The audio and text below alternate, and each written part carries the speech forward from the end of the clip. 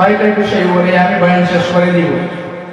সূরাতুল বাকারা শুরুতে আল্লাহ বলেন আলিফ লাম মিম হারফুল মুকাত্তাআত যালিকাল কিতাবু লা রাইবা ফীহি। ওই কিতাব, যে কিতাবের মধ্যে কোনো সন্দেহ নাই। আরবি ভাষায়, আরবি গ্রামার অনুযায়ী যালিকা ইশারার শব্দ দ্বারা ওই শব্দ, ওই জিনিস। বাংলা ভাষায় কোন জিনিস কাকে যদি সম্বোধন করা হয়, বলা হয়, বোঝানো হয়, তাহলে বলে এই জিনিস।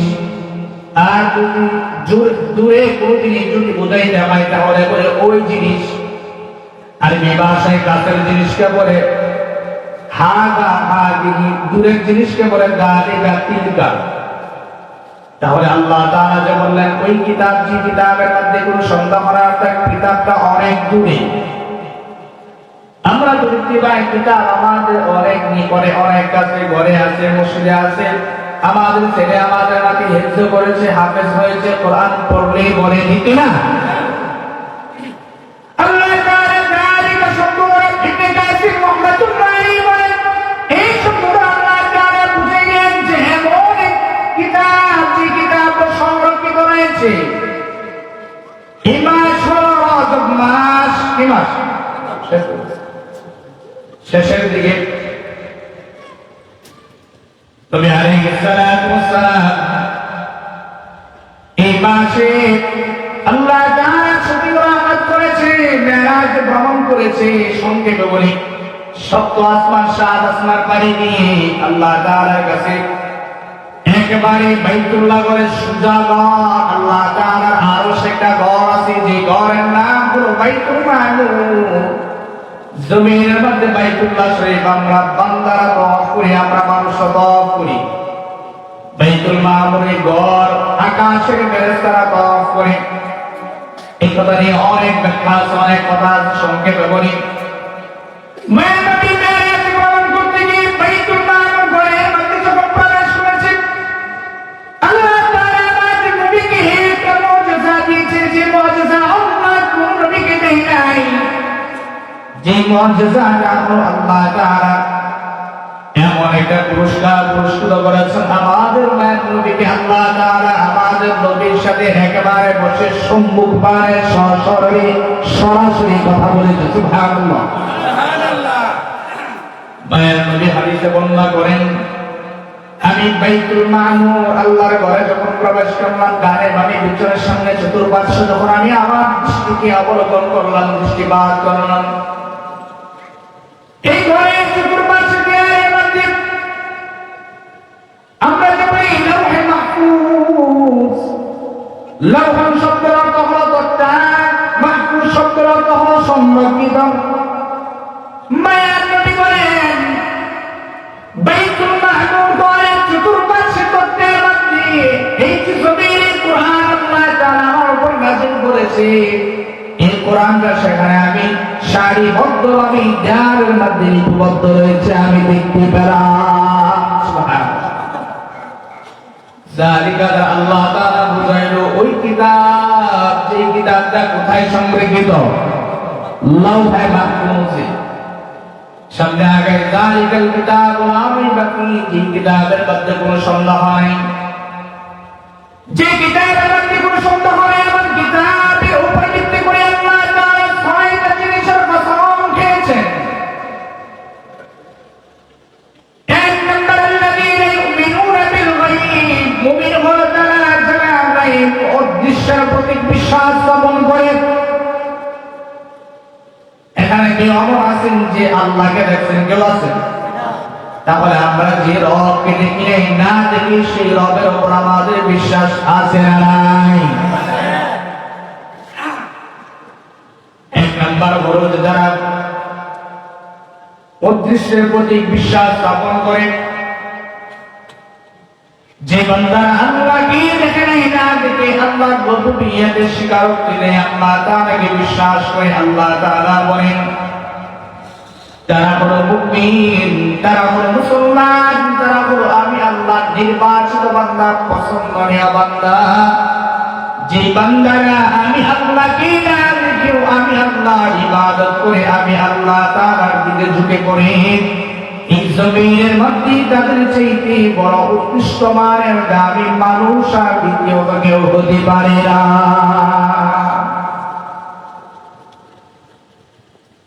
আল্লাহ তাআলা বলেন এক নাম্বার আমি আল্লাহ তাআলা আমি আমার নিজের পরিচয় দিয়েছি যে আমি আল্লাহর পরিচয় জানার পরেও আমি আল্লাহকে দেখা নাই, না দেখে আমি আল্লাহর রুবুবিয়্যতের উপর স্বীকারোক্তি নিয়ে ইবাদত করেছে, তারা হলো মুমিন।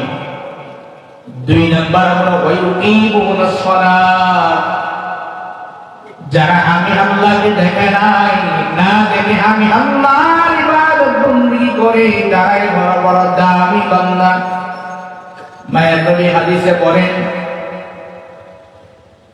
হে মানুষ তুমি মনে করেছো কার পেটে খাইছো তবে জমিনের মধ্যে স্বাভাবিক করে একটা কাপড়ের উপর তুমি তোমার কদমটা ঢাকা, এই কপাল তুমি কোথায় দেখাই না, তুমি যা থেকে যায় আমি আল্লাহ তাআলার কুদরতি কদমে তোমার কপালটা ঠেকানো হয়ে যায়। সুবহানাল্লাহ সুবহানাল্লাহ।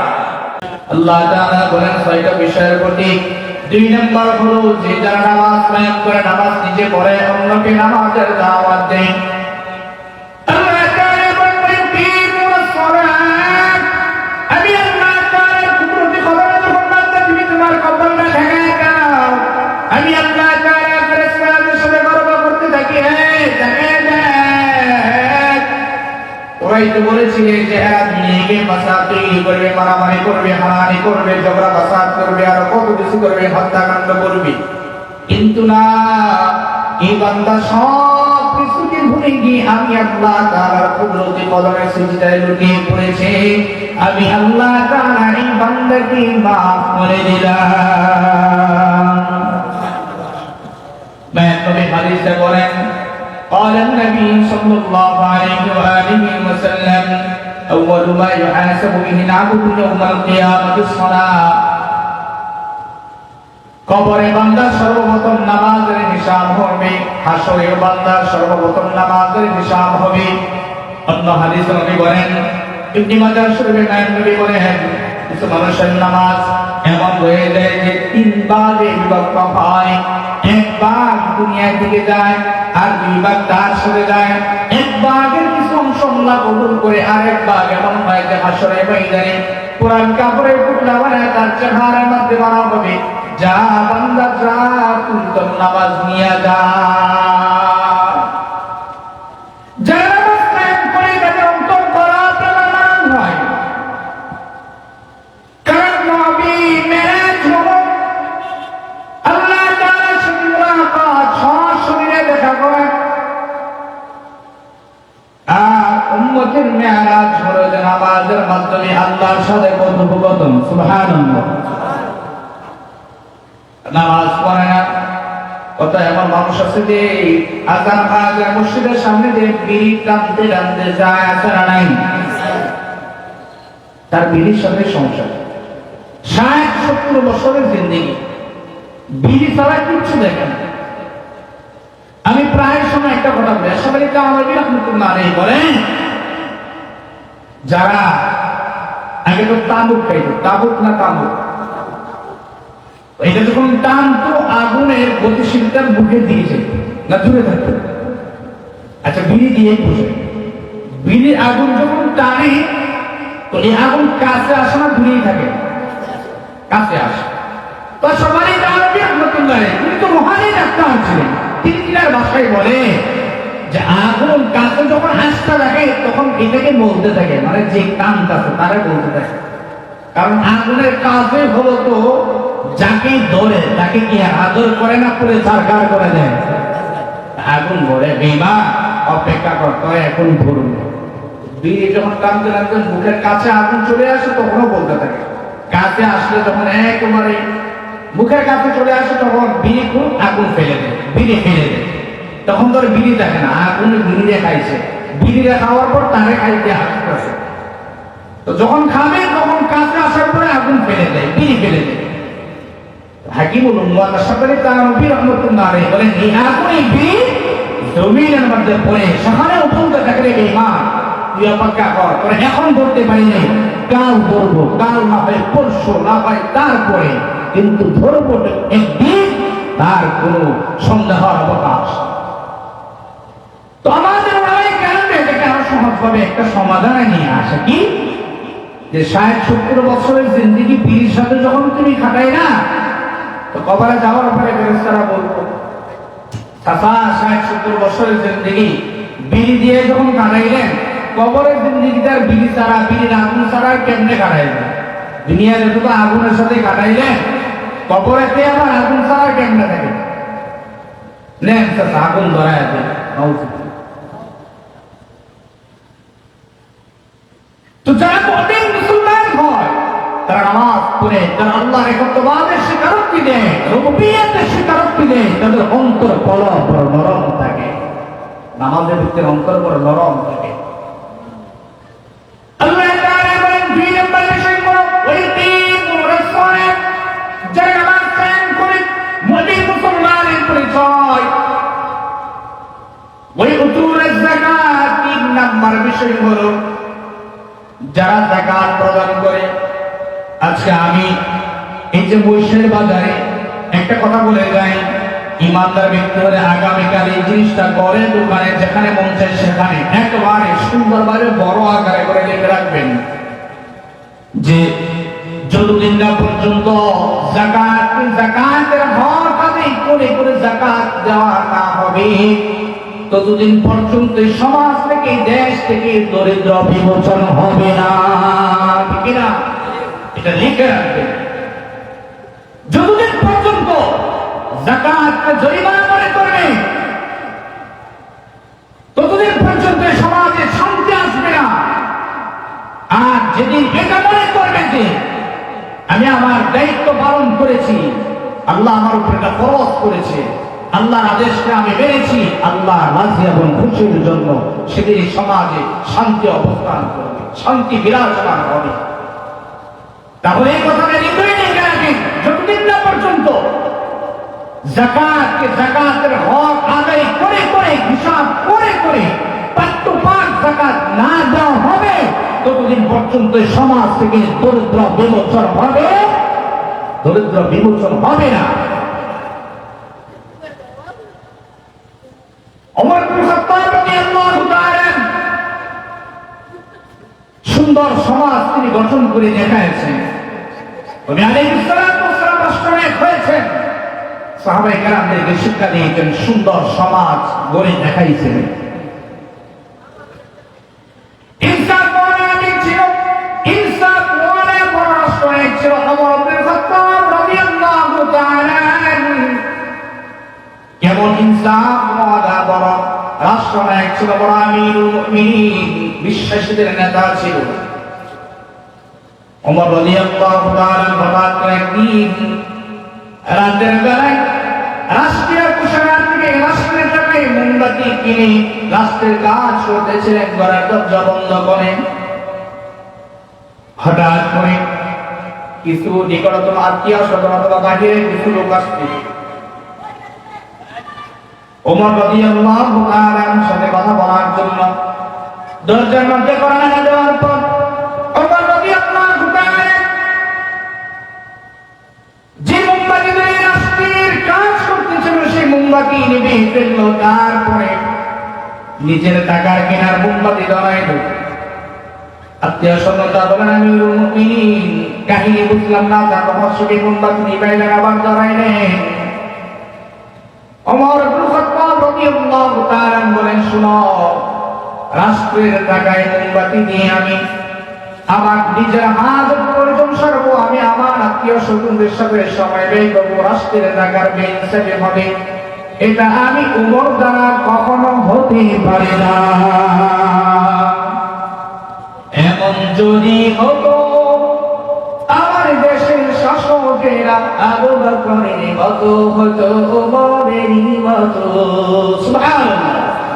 এমন যদি হতো আমার দেশের শাসকেরা ওমরেরই মতো হতো, আবু বকরের মতো।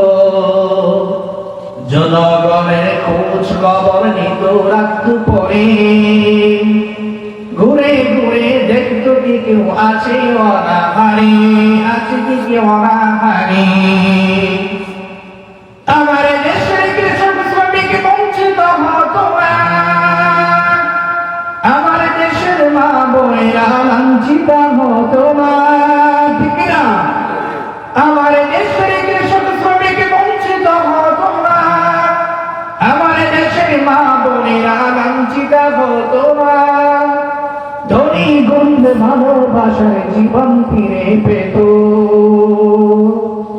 এমন যদি হতো, এমন যদি হতো, আমার দেশের শাসকেরা ওমরেরই মতো হতো, আবু বকরের মতো।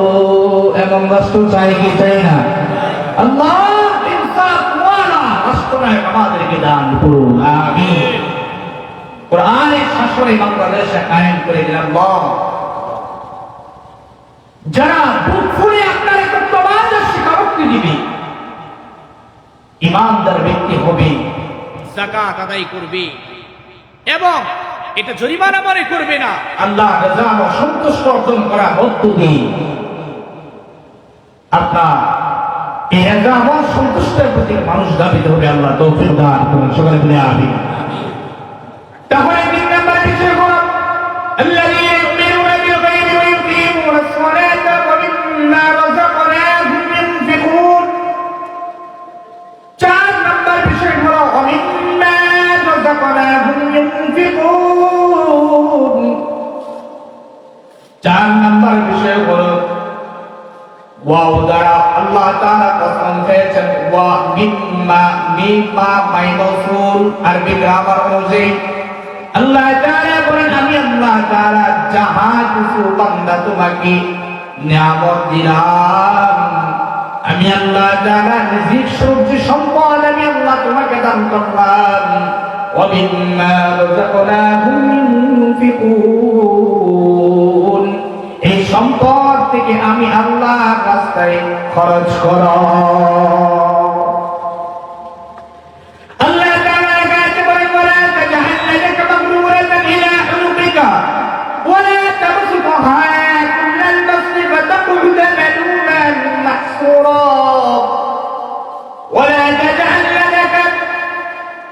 তুমি তোমার হাতকে গুটিয়ে রেখো না, তুমি তোমার হাতকে আটকে রেখো না। মাগরুরাতান ইলা হুলুকিকা, কাদের উপর রেখে দিও না। হাত কি কাদের উপর রাখা যায় নাকি? না না না। ইবনে কাসির রাহমাতুল্লাহ আলাইহি বলেন, যখন কোন ফকির, মিসকিন, অসহায়, দরিদ্র মানুষ ধনশীল ব্যক্তির কাছে, ধনশীল ব্যক্তিদের কাছে কোনো কিছু চায়, তখন হাত সামনের দিকে সম্প্রসারিত করে না, হাত উপরের দিকে তুলে নেয়। আল্লাহ বলেন, সাবধান, আমি আল্লাহ যে সম্পদ দিলাম, এই সম্পদ আমি আল্লাহ রাস্তায় খরচ করতে গিয়ে হাতকে উপরের দিকে গুটিয়ে রেখো না। ওয়ালা তাজআল লাকা মাগলুলাতান ইলা উনুকিকা ওয়ালা তাবসুতহা কুল্লাল বাসতি ফাতাকুলুদা মালুমান মাহসুরা, এবং এত পরিমাণও দিও না যার দ্বারা তুমি হাসির পাত্র হয়ে যাও। নবী আলাইহিস সালাতু ওয়াস সালামের কাছে এক ব্যক্তি এসে নবীর কাছে কিছু চাইল এবং কিছু চাইল। নবীকে বললেন, পয়গম্বর, আপনি আপনার শরীরে পোশাকটা, এই বস্তুটা আমাকে নিয়ে দিন। মানে এই জিনিসটা ছিল, আমি যখন এটা ওই ফকির ব্যক্তিকে দিয়ে দেওয়ার ইচ্ছা পোষণ করলাম, অর্থাৎ এটা দিয়ে দিলে আমি শূন্য হয়ে যাব। আল্লাহ বলেন, না না না পয়গম্বর, আপনি সব দিয়ে আপনি খালি হয়ে যাবেন না। এরপরে আল্লাহ বলেন, ইন্না রাব্বাকা ইয়াবসুতুর রিজকা, নিশ্চয় আমি আল্লাহ তাকে ইচ্ছা করে তাকে প্রচুর পরিমাণ সম্পদ দিই, অনেক সম্পদ দিই, পাহাড় পরিমাণ, তার চেয়ে আরো বেশি সম্পদ দিই। এখন প্রশ্ন জাগতে পারে, লিমান ইয়াশাউ ওয়া ইয়াকদির, আর যাকে ইচ্ছা করে তাকে অল্প সম্পদ দিই। এখন প্রশ্ন জাগতে পারে, হুজুর আমি গরিব হইলাম, তার মানে আল্লাহ আমার সম্পদ কম দিছে। ও গরিব হয়েছে, আল্লাহ তার সম্পদ অনেক দিছে, তার মানে আল্লাহ আমার প্রতি ইচ্ছা করছে কম দিছে, আল্লাহ তার ইচ্ছা ভালো পোষণ করছে তারে বেশি দিছে। অনেকে এমন কথাও বলে ফেলে, আল্লাহ কত নিমুখার, আমার কেউ নাই, আমার সম্পদ কম দিছে, আমার গরিব বানাইছে। কয় কি কয় না? আল্লাহ তাআলা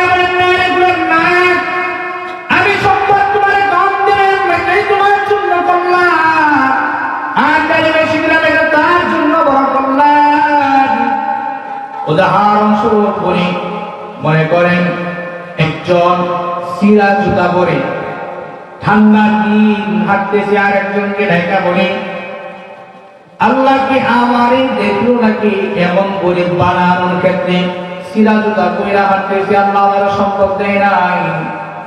যারে বলছে সে আবার আরেকজনকে দেখায় কয় যে আল্লাহ তোমার জুতা দিছি, তুমি সিরা জুতা নিয়ে ঠান্ডার মধ্যে হাঁটতেছ, আর ওই ব্যক্তিকে দেখায় দেখো তোমার তো জুতা আছে, তার জুতাও নাই, ঠিক না?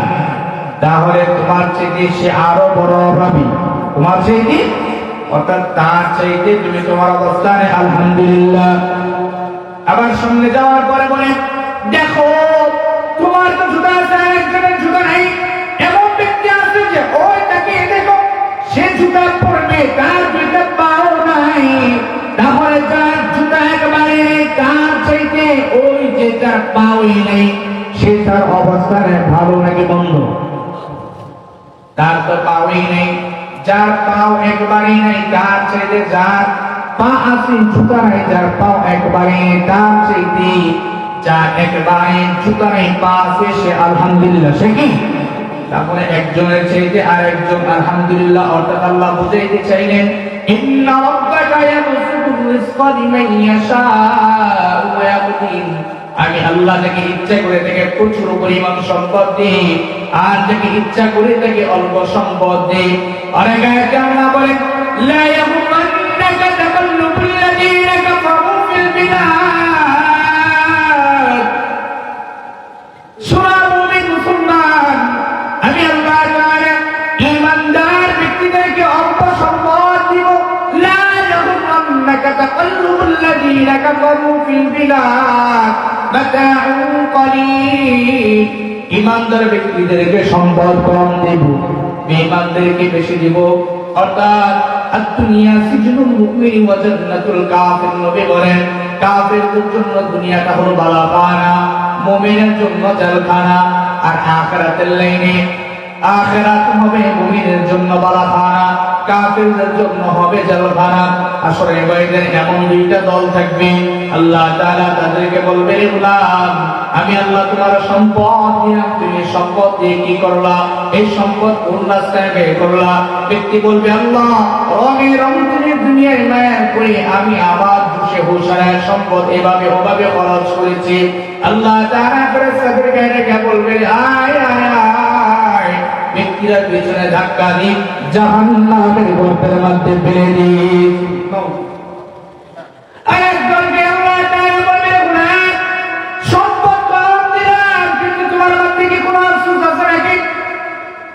ইমানদার ব্যক্তি তৃপ্ত করতে আওয়াজ দিয়ে বলবে মালিক সম্পদ কম দিছো কিন্তু আমি নিমু খারাপ হই নাই, আলহামদুলিল্লাহ আমি আল্লাহ আপনার কর্তব্যের উপর স্বীকারোক্তি দিয়েছি। আল্লাহ আমি তো অপেক্ষমান ছিলাম আপনার সাথে আমার কখন মুলাকাত হবে। আল্লাহ তাআলা ফেরেশতাদেরকে ডেকে বলবেন ফেরেশতা যাও যাও এই ব্যক্তিটাকে বালাখানার মধ্যে ঢুকায় দাও। মায়ের নবী বলেন এই ব্যক্তিটাকে যে বালাখানার মধ্যে ঢুকিয়ে দেওয়া হবে এই জান্নাতের বালাখানাটা এমন বড় হবে এই দুনিয়ার 10 দুনিয়ার সম পরিমাণ বড়।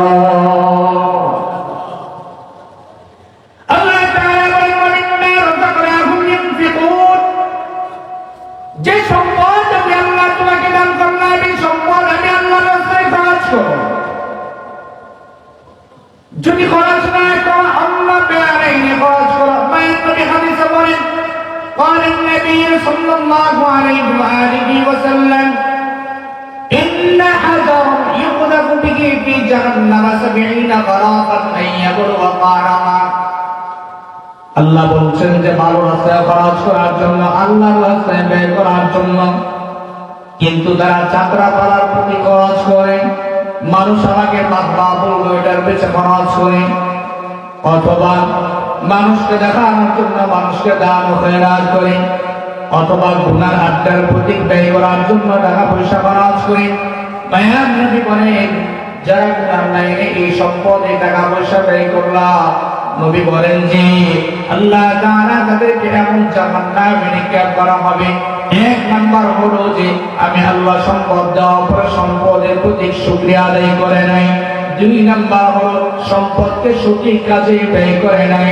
আল্লাহ তাআলা আসলে ময়দানে মায়ের নবী হাদিসে বলেন এই বান্দাকে এমন এক জাহান্নামে নিক্ষেপ করা হবে ইন্না হাজারান ইয়াকদাবু বিহি ফি জাহান্নাম 70 মারাকা ক্বাবলা আন ইয়াবলুগা কারাহা।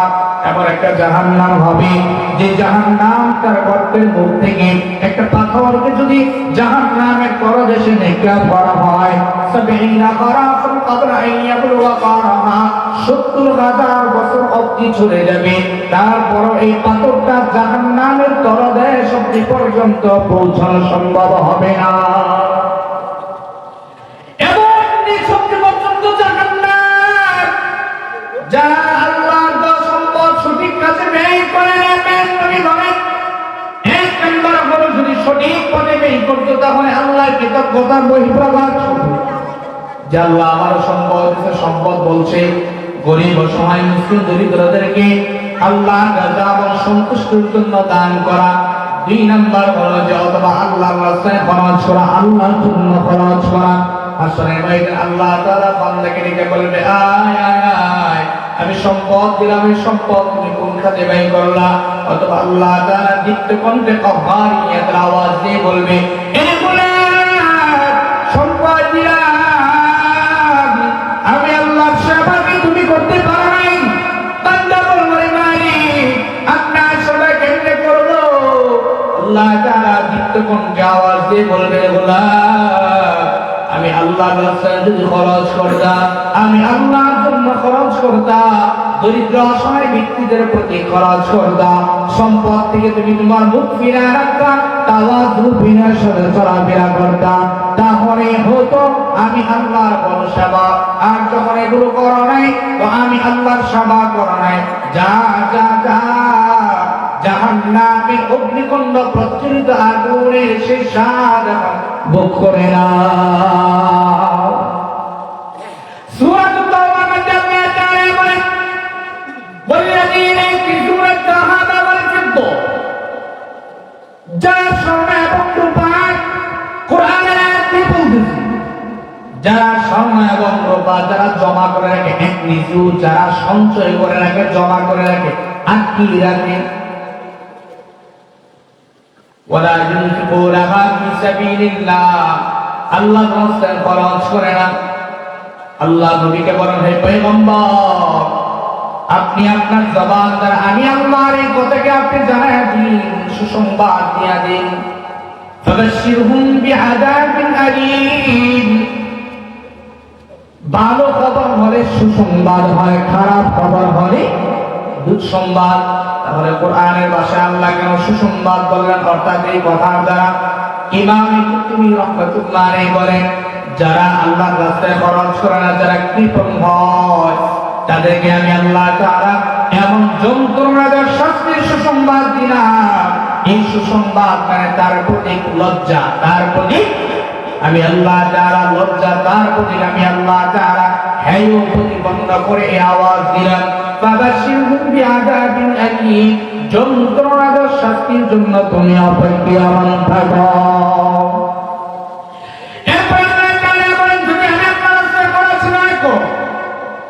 তাহলে কিভাবে সময় সম্পদ তুমি জমা করে রাখবে? সম্পদ দুনিয়াতে কাজ করবে না, আখিরাতে কাজ করে কি ফায়দা হবে? ইয়াউমা ইউকলা আলাইহা ফি নারি জাহান্নাম, এই সম্পদ জাহান্নামের আগুনের মধ্যে ফেলে দেওয়া হবে। ইয়াউমা ইউকলা, সেই দিনটা নিক্ষেপ করা হবে, ফেলে দেওয়া হবে। আলাইহা ফি নারি জাহান্নাম, ওই সম্পদ জাহান্নামের আগুনের মধ্যে নিক্ষেপ করা হবে। তার কপাল ললাট এবং তার পার্শ্বতে আগুন দ্বারা সেক দেওয়া হবে। ইবনে কাসির রাহমাতুল্লাহ আলাইহি বলেন আল্লাহ তাআলা শরীরের অঙ্গ প্রত্যঙ্গের অনেক অঙ্গ প্রত্যঙ্গ থাকা সত্ত্বেও কোন কপাল আর এক পার্শ্বের কথা বলল।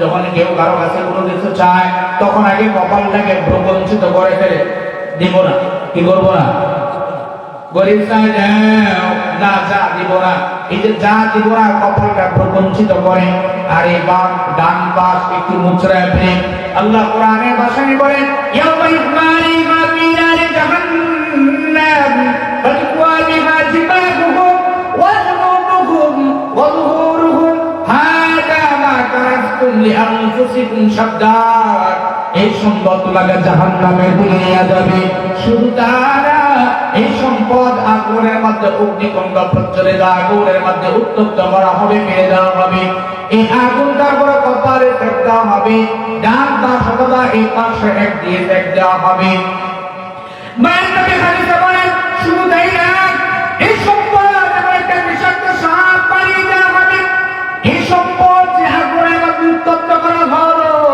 এই আগুন দ্বারা বিষাক্ত একটা সাপ পানিয়ে দেওয়া হবে এই সাপ তার গলার মধ্যে ঝুলিয়ে দেওয়া হবে আর বারবার তাকে ধ্বংসন করতে থাকবে একবার বলে যাবে আবার জিন্দা হবে আবার মরে যাবে আবার জিন্দা হবে এভাবে বারবার কিয়ামত অবধি পর্যন্ত এই সাপ বিষাক্ত সাপ তার গলার মধ্যে ঝুলিয়ে দেওয়ার পর তাকে ধ্বংসন করতে থাকবে সূরাতুত তাকাসুরের মধ্যে আল্লাহ তাআলা বলেন আল-হাকুমুত তাকাসুর এই বান্দার ব্যক্তিরা শোনো সম্পদের প্রাচুর্যতার মধ্যে পড়ে যেও না আমি নবী এত পরিমাণ ভয় পাই ও সাহাবায়ে কেরাম শোনো তোমাদের অনেক সম্পদ হবে এটা আমি ভয় পাই না অনেক সম্পদ হবে আলহামদুলিল্লাহ কিন্তু আমার বড় ভয় অনেক পরিমাণ সম্পদ হওয়ার পরে তোমরা আল্লাহকুমুত তাকাসুর তোমরা তোমাদের সম্পদের প্রতি মায়ের পরে আমি আল্লাহকে ভুলে যাইবা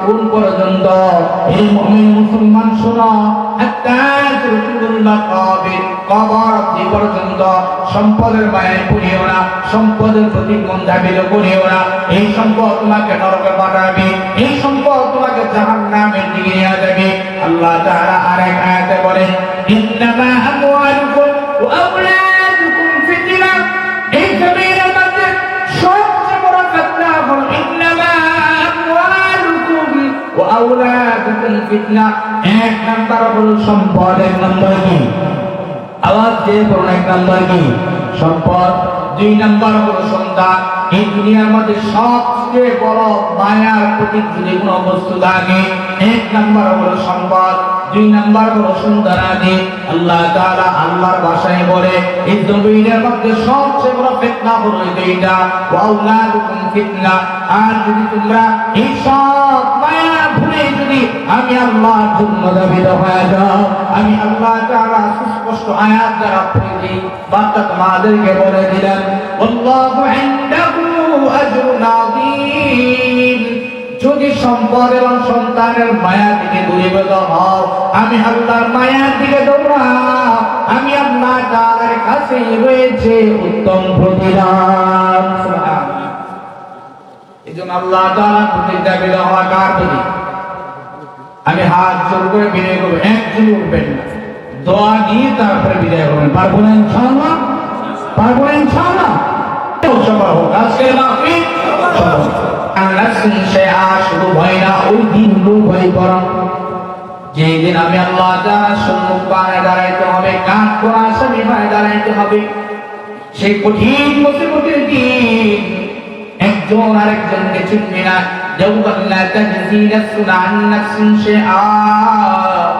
একজন আরেকজনকে চিনবে না